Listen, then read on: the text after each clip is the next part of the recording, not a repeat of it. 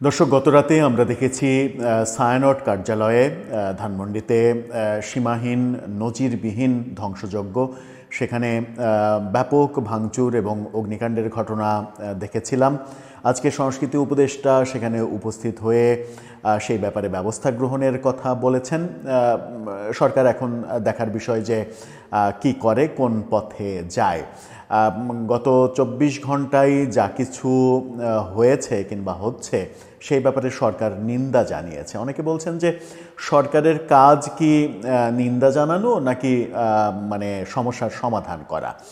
কোনো জায়গায় চুরির ঘটনা যদি ঘটে তাহলে পুলিশের কাজ চোর ধরা এবং যারা দোষী তাদের শাস্তির আওতায় আনা। কিন্তু পুলিশ যদি বলে যে এই চুরির ঘটনাকে আমি তীব্র নিন্দা জানাচ্ছি, তখন ব্যাপারটা কেমন হবে?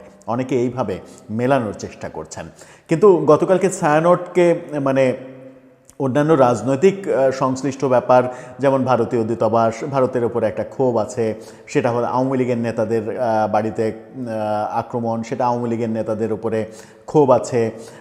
সেই ঘটনাটা ঘটতে পারে। ৩২-এ আবার আক্রমণ, ৩২-এর উপরে ক্ষোভ আছে, সেগুলো হতে পারে। কিন্তু প্রথম আলো ডেইলি স্টারের পাশাপাশি যখন ছায়ানটে আক্রমণের ঘটনা ঘটল, সেটা কিন্তু ব্যাপকভাবে সমালোচিত হয়েছে এবং সেটা কাদের কাজ সেই ব্যাপারে যথেষ্ট গবেষণা চলছে। সেই আলোচনাটা এখনও যখন ফুরায়নি, তখন এই রাতে কিছুক্ষণ আগেই ভিডিওটা যখন করছি তার কিছুক্ষণ আগে বাংলাদেশের সবথেকে স্বনামধন্য যে কালচারাল সংগঠন উদীচী শিল্পী গোষ্ঠী, উদীচীর প্রধান কার্যালয়ে আগুন দেয়া হয়েছে।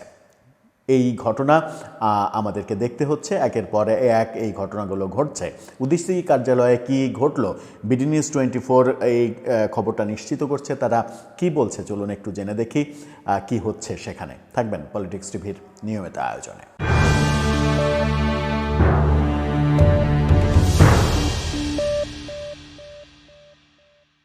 দর্শক, বলছিলাম রাজধানীতে পল্টনে অবস্থিত উদীচীর যে প্রধান কার্যালয়, সেখানে আগুন দেওয়ার ঘটনা ঘটেছে। বিডি নিউজ 24 এই খবরটা নিশ্চিত করছে। আগুনের ছবি সহ তারা যেটা বলছে, তাদের শিরোনামটা দেখে নিন। রাজধানীতে উদীচীর কার্যালয়ে আগুন, ফায়ার সার্ভিসের কর্মীরা সেটা নেভানোর চেষ্টা করছে বলেও জানানো হয়েছে। বলা হচ্ছে রাজধানীতে জাতীয় প্রেস ক্লাবের উল্টো দিকে উদীচী শিল্পগোষ্ঠীর কার্যালয়ে হামলা ও আগুন দেওয়ার ঘটনা ঘটেছে। সন্ধ্যা 7:30টার দিকে কার্যালয়ে আগুন লাগে, যা নেভানোর চেষ্টা করছে ফায়ার সার্ভিস কর্মীরা। উদীচী শিল্পগোষ্ঠীর একাংশের সাধারণ সম্পাদক জমশেদ আনোয়ার তপন বিডি নিউজ 24-কে জানিয়েছেন, আধা ঘন্টা আগে উদীচী কার্যালয়ে হামলা হয়েছে, আমি সেখানে যাচ্ছি, এখন পথে আছি, পরে বিস্তারিত জানাবো। ফায়ার সার্ভিসের মিডিয়া কর্মকর্তা আনোয়ারুল ইসলাম বলেছেন, তোপখানা রোডে উদীচীর কার্যালয়ে আগুনের খবর পেয়ে প্রথমে 3টি ইউনিট সেখানে গেছে, পরে সেখানে আরও একটি ইউনিট যোগ দিয়েছে।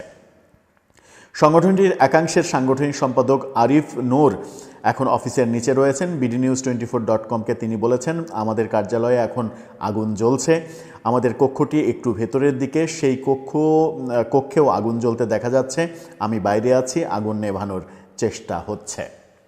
এই ঘটনাগুলো কারা ঘটাচ্ছে, কারা সাংস্কৃতিক কর্মকাণ্ডের উপরে ধ্বংসযজ্ঞ চালাতে চায়, কাদের হারমোনিয়াম তবলার উপরে, ঢোল তবলার উপরে অনেক বেশি রাগ, সেই প্রসঙ্গটা বোধহয় সরকারের আরও নিখুঁতভাবে দেখা উচিত।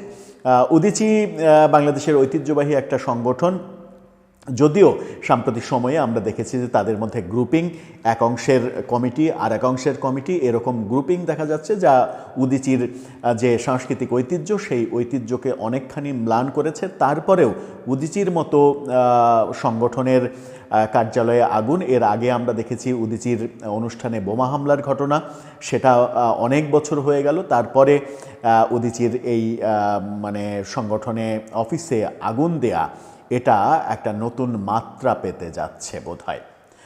সরকার দেখা যাক কী করে। সরকারের সংস্কৃতি উপদেষ্টা কি বলেন এবারও তিনি বলেন কিনা সিসিটিভি ফুটেজ দেখে ব্যবস্থা নেওয়া হবে।